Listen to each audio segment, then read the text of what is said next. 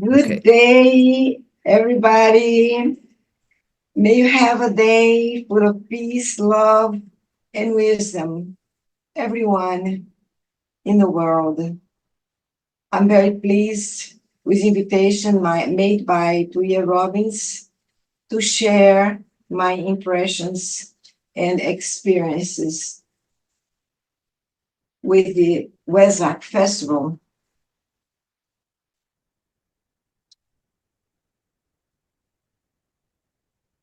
Thus, it is a great joy to share some real facts about this festival with all of you. Initially, I would like to say that I have never attended Wesak's festival personally, but did a lot of research on it while I was at Crotona Institute of Theosophy.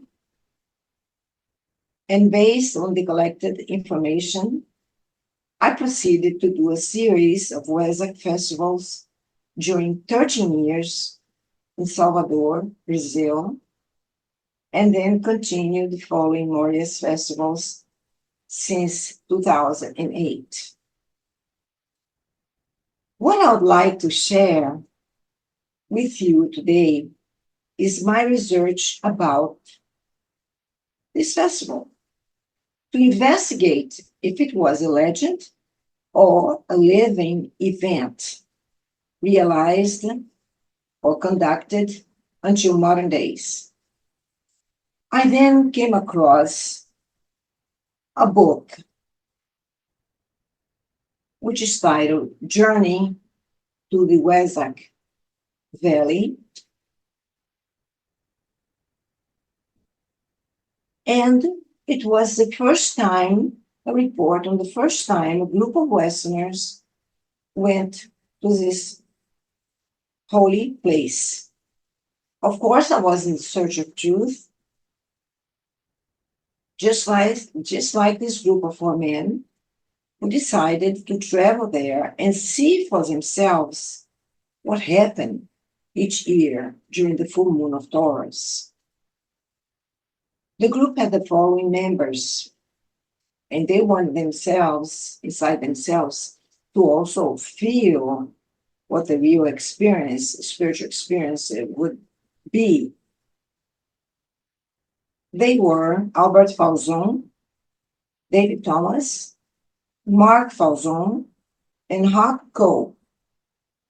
Of course, I had a Tibetan guide with them, known as Sonam. They were able to film the festival until a certain time, and then they were not allowed to continue filming the sacred part conducted by the lamas. But they did share with us some important information about this experience, and this is what I want to share with you.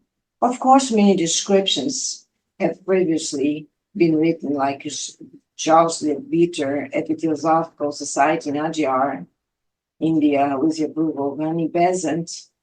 But I want to literally focus on this special report, because these guys were the first expedition of Westerners to ever visit and participate in this holy festival. And here is part of the testimony, which I have, of course, summarized the main parts. Quote, the Wesak festival, which is fixed annually in relation to the full moon of Taurus, is a great Eastern festival of the Buddha.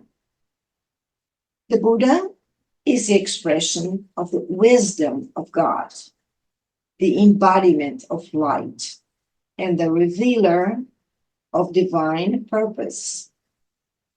It is known by many as a day of supreme spiritual impact and not a commemorative celebration, but rather a present living event.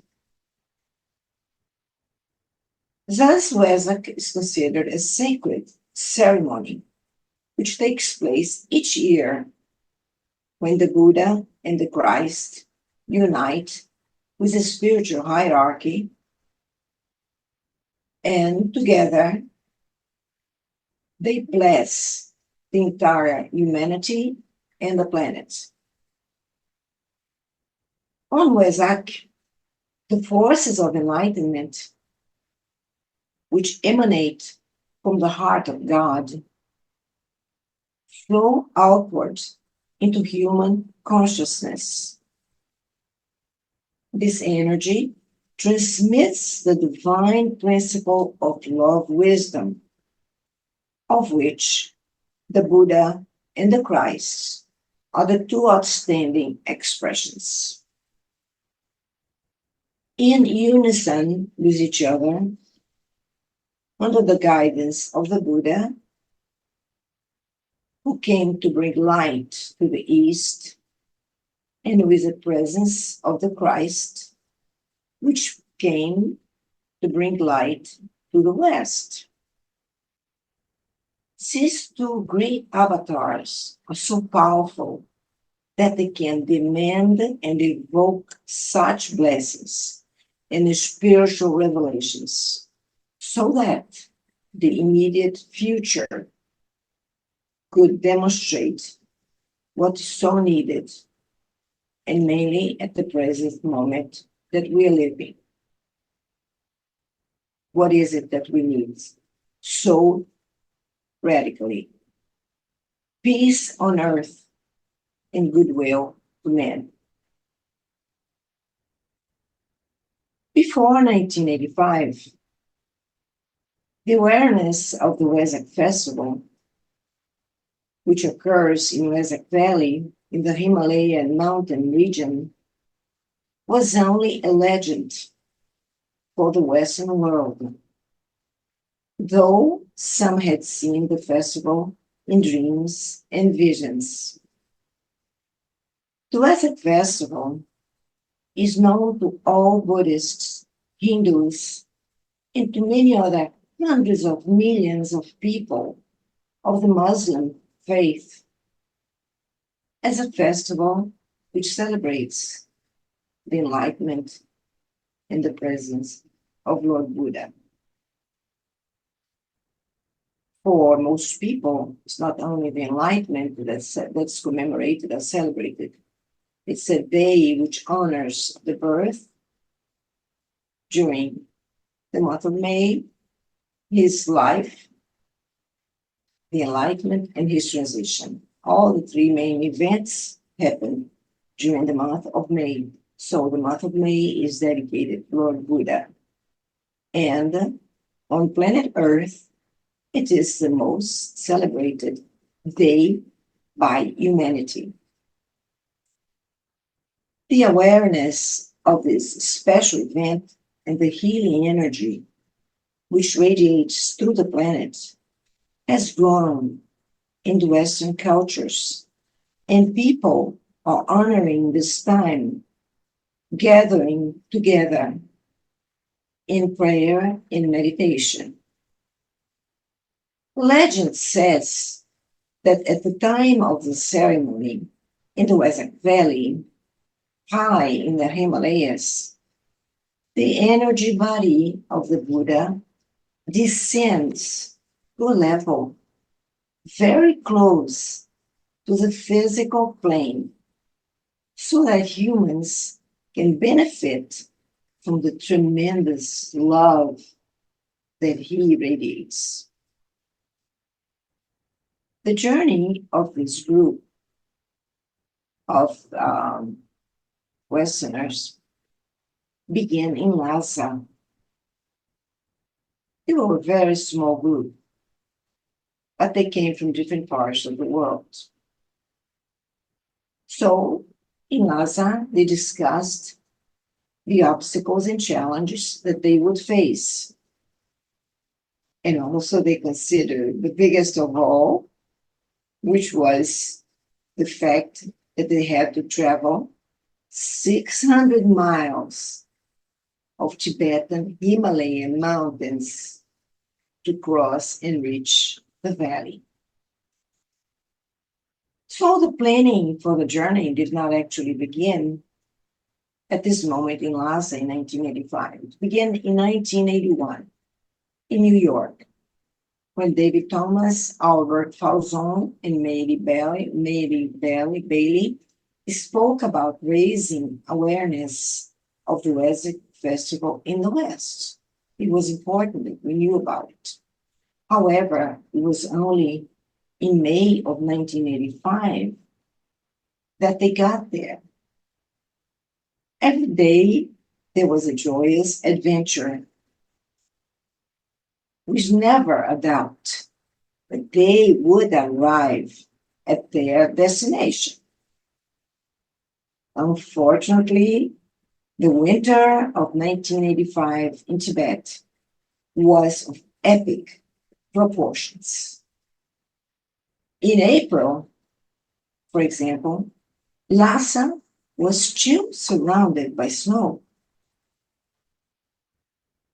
Their goal now was to reach the holiest place on the planet, a place considered by thousands of millions as the seat of the Most High God. It lies on the central plateau of Tibet, and this region is considered the roof of the world. The name of this most sacred mountain, which represents the spiritual center of the world for a third of the human race, is Mount Kailash, located in the Wesak Valley. Like previously mentioned, the journey was very challenging for these adventurers. In the service of humanity, however, a challenge is always a joy, and obstacles are just a different way of looking at situations. The spirit in its innermost self always reminds us of the beautiful worlds that exist beyond our imagination.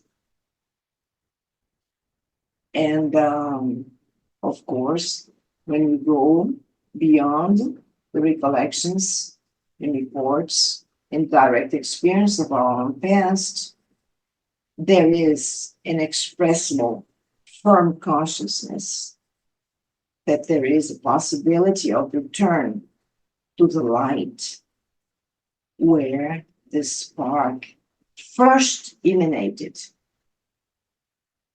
So the isolation and attitude that they felt at this place did allow them to have great spiritual perceptions. Only exaltation of the spirit enables one to cross this radiant bridge. We must each be illumined by spirit in order to walk boldly into the holy temple. It is said that when a man or a woman sees something for the first time, they look upon reality. But perhaps when one has seen for the first time fire, how can he describe what fire is like for someone who has never seen it before? Eventually, it comes a time or a moment when everyone knows what fire is, or what kind of fire of the spirit we are talking about. It becomes as familiar as the sky, or like the clouds and the air we breathe.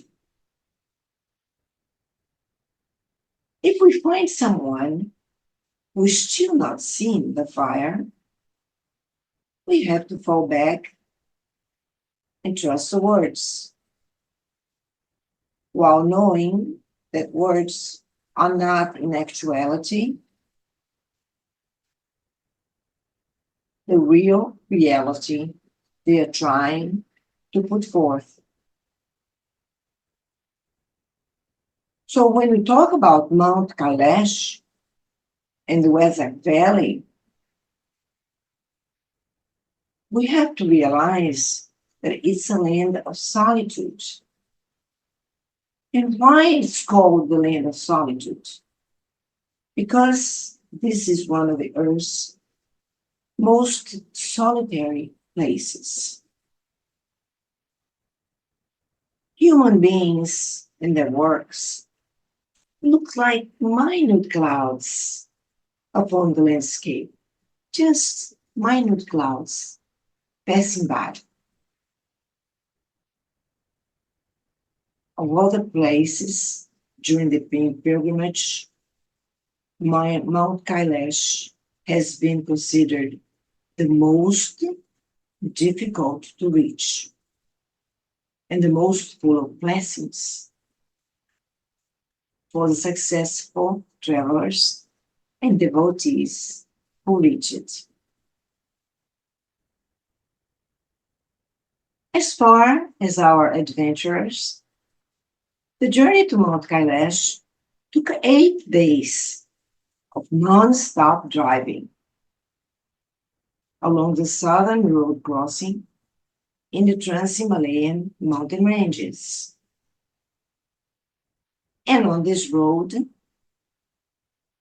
they were presented with visions of spectacular beauty, majestic, unforgettable. This vast and lonely place and plains have been ground flat by the sheets of ice that once covered them to a depth of several kilometers.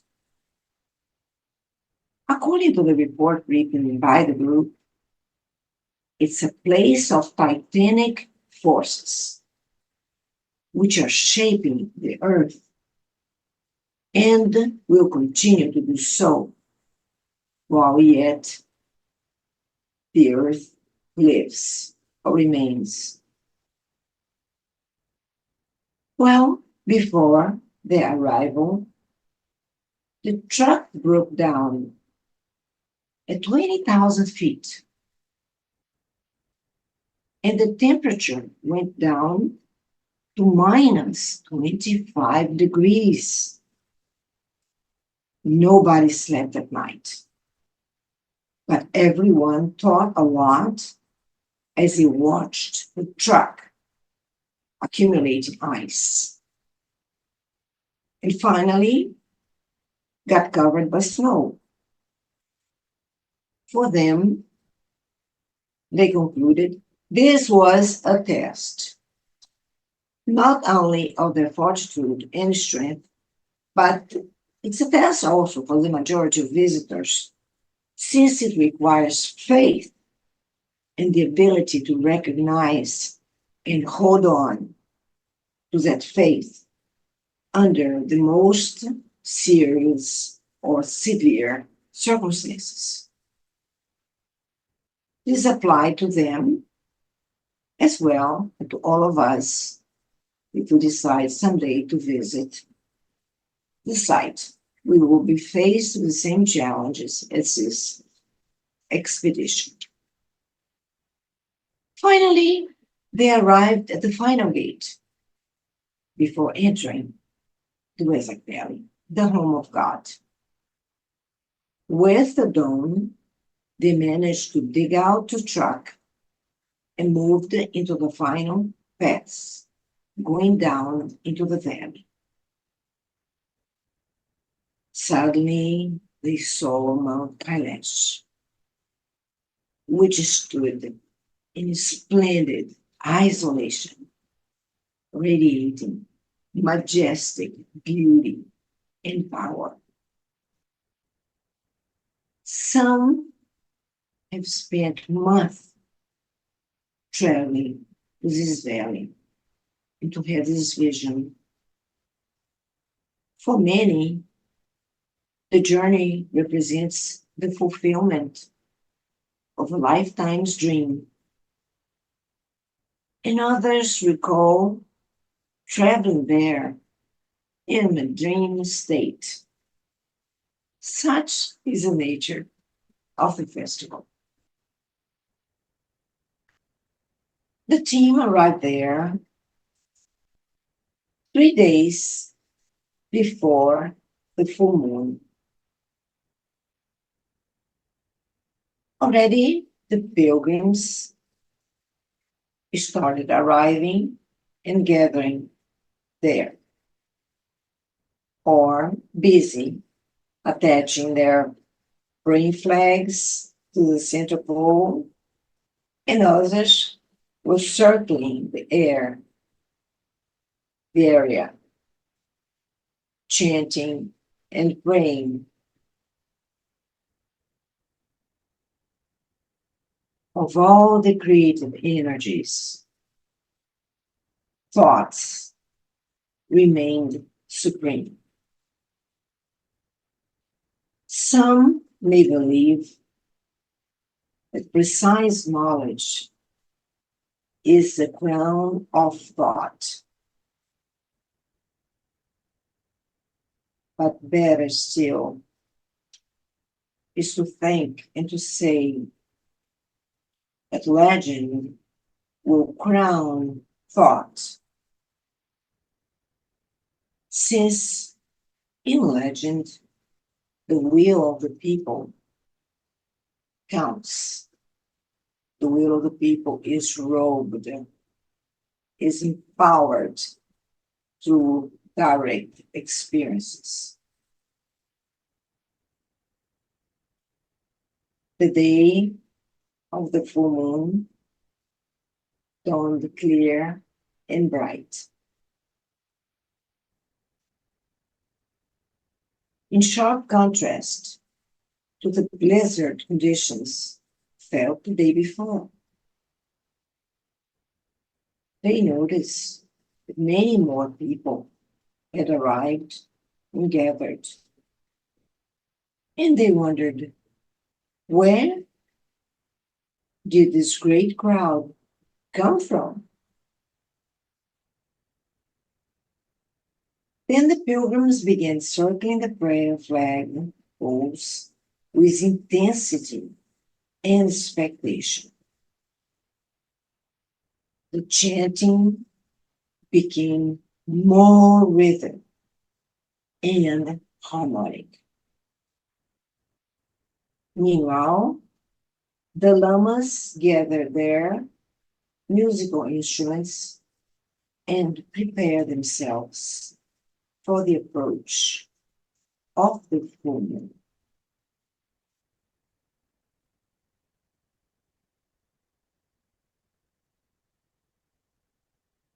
The events that take place at WesakValley mean that this day has also been a place of reunion, pilgrimage, and joyous expectancy. Indeed, it is a holy day.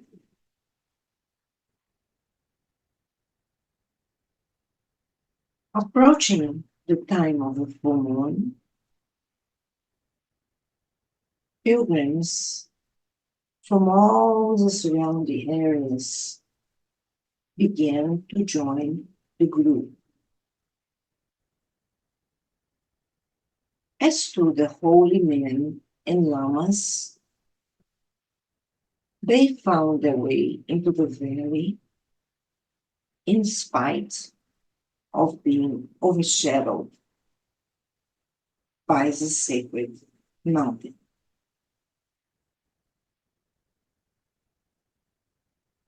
According to the account that we accessed, a stillness sat down over the crowd slowly. The expectancy, however, became more intense among those who waited. The onlooking group of pilgrims, disciples, and others who had found their way into the valley. This expectancy became very, very great.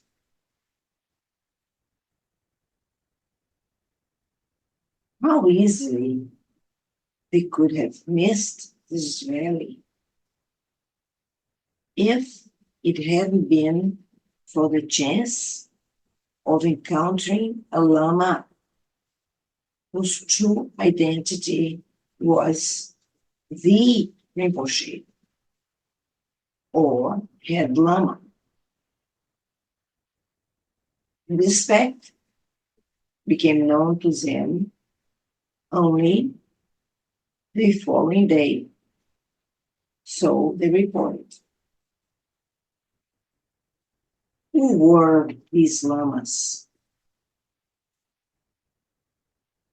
These men dressed with their ritual robes were senior lamas of the so-called Red Hat sect or Nyingmas.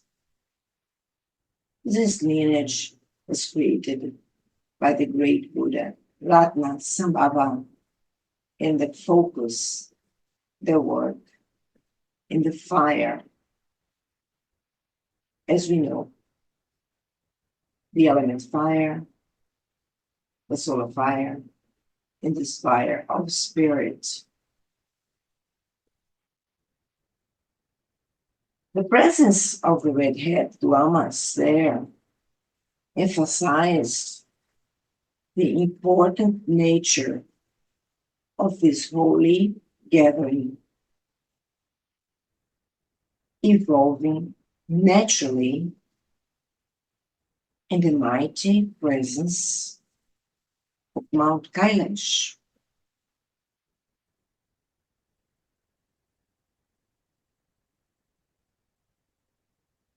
Through the entire body of people coming from all over the place, the stimulation of a powerful vibration could be felt by everyone. No one can deny these soul uplifting energies, which jointly unify, blend, and promote the fusion of the group until they become a unified whole. Thus, our heroes had the feeling that they were not alone and that millions of others were also there in consciousness. This is very important.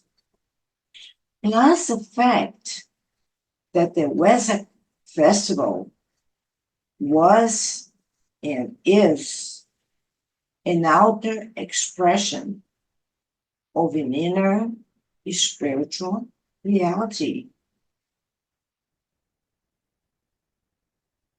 Thus, for the participants and the expedition, this was the highest point of this pilgrimage. Words were no longer needed. They had linked themselves to another world and kept themselves in silence, as did the entire group, preparing themselves spiritually for the presence of the Buddha and of the Christ.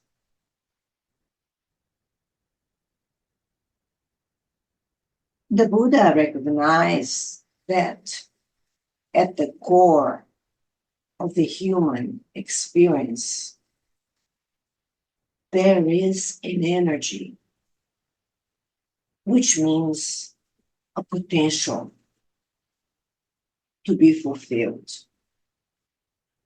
Maybe we can call this self-realization, or using Buddha's term, enlightenment.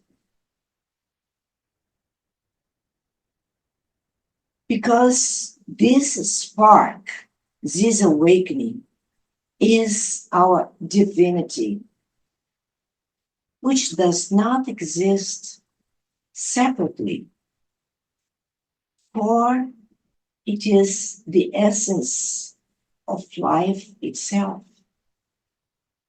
It is what presently Lord Maitreya, the present world teacher, calls Buddha nature. We all are born with this spark, with this possibility of reaching someday enlightenment. This spark exists, and it has always been inside our souls. And forever it shall be present, because this is our holy gift, the possibility of building a bridge with the higher realms of light, love, and power. The goal of this human experience is to wake up consciously to the indwelling life and surrender ourselves to it without reservation, without hesitation or any conditions.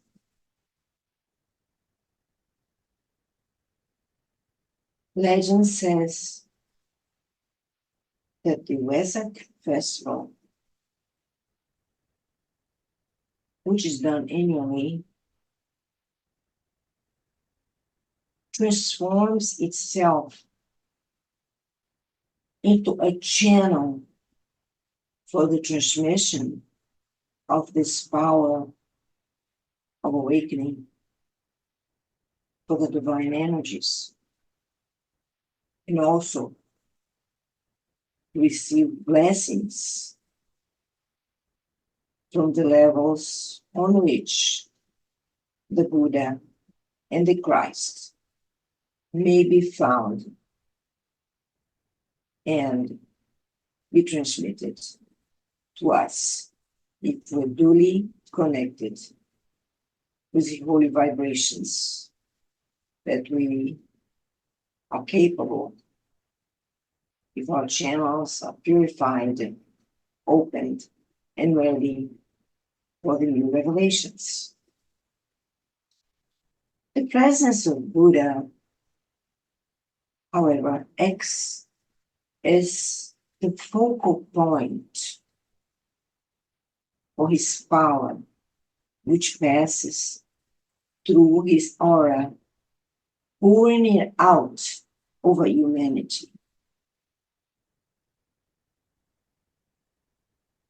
When Buddha was preparing to depart the earth, he said,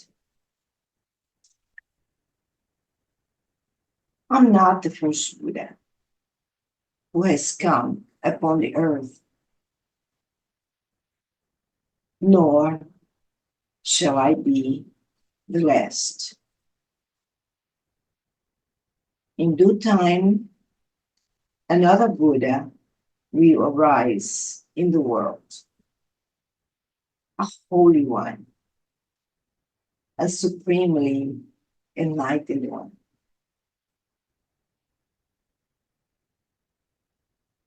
Some disciples asked the Buddha 2,000 and almost 600 years ago, how can we identify this new Buddha? And this is a question we make ourselves now. Is he here among us? Who is he?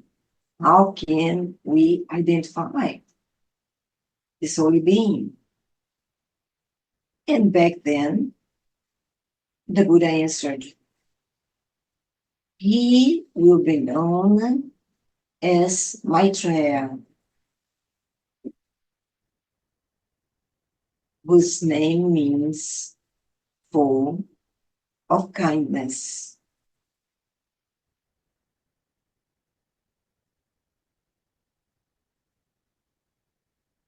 After this point of fusion, silence, where the entire crowd built this special channel, nothing can be said. We must have direct experiences. So I invite all of you to enter into silence right now and acknowledge the calling made by the devotees of Krishna who appeal to our child inside, to Govinda inside, to open our hearts and minds and leave the complete mind aside.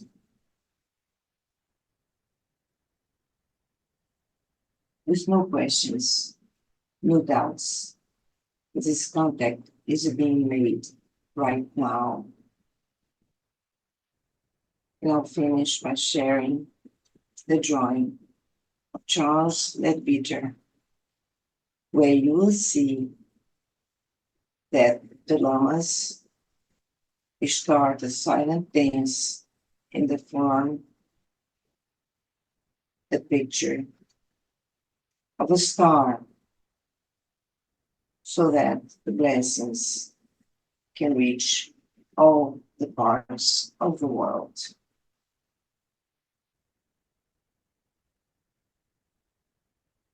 Thank you so much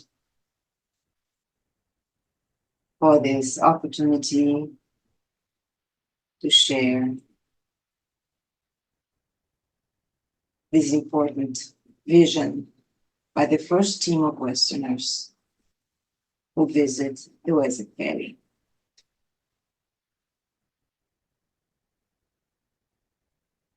Postscriptum.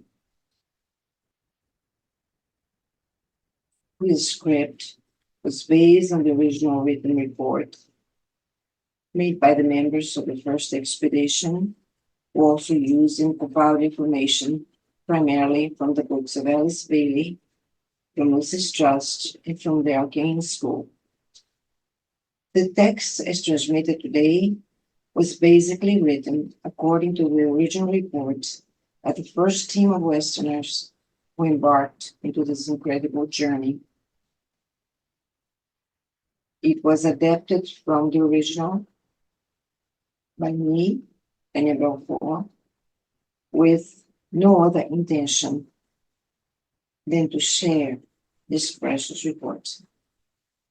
I wish to express my thanks to the authors mentioned in the beginning of the text, those who made the first successful expedition of Westerners to WesakValley. I'm also grateful to Morya Federation for the opportunity of sharing, to the International Agni Yoga Society in New York, to Mrs. Trust, to the Crotona Institute of Theosophy in Ohio, and to all the planetary spiritual groups who right now are working with us and with the new energies which are now available. It is recommended that the 3 days after the day of the full moon are days of distribution. May we focus and share the blessings and the spiritual energies received, where it's to all places where they are most needed, so that they may contribute towards the end of suffering, towards the end of misery, of hunger, and of wars. God bless all of you. I'm Shanti.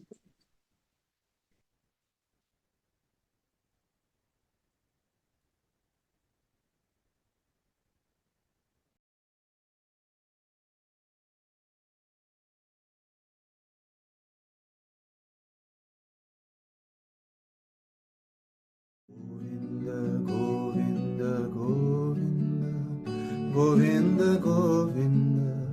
Govinda, Govinda, Govinda, Govinda, Govinda, Govinda, Govinda, Govinda, Govinda, Govinda, Govinda, Govinda, Govinda, Govinda. Govinda, Govinda, Govinda, Govinda, Govinda, Govinda, Govinda, Govinda, Govinda, Radha Govinda, Radhe, Radha Govinda, Radha Govinda, Radhe.